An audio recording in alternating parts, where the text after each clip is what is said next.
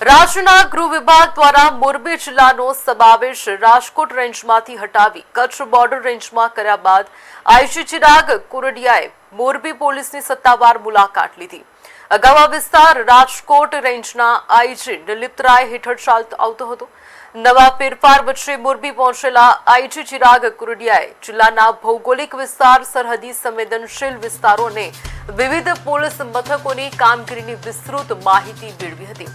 આ સાથે જ તેમણે સ્થાનિક કાયદો અને વ્યવસ્થાની સ્થિતિની સમીક્ષા કરવા માટે જિલ્લાના ઉચ્ચ પોલીસ અધિકારીઓ સાથે એક વિશેષ બેઠક યોજીને જરૂરી ચર્ચા વિચારણા કરી હતી।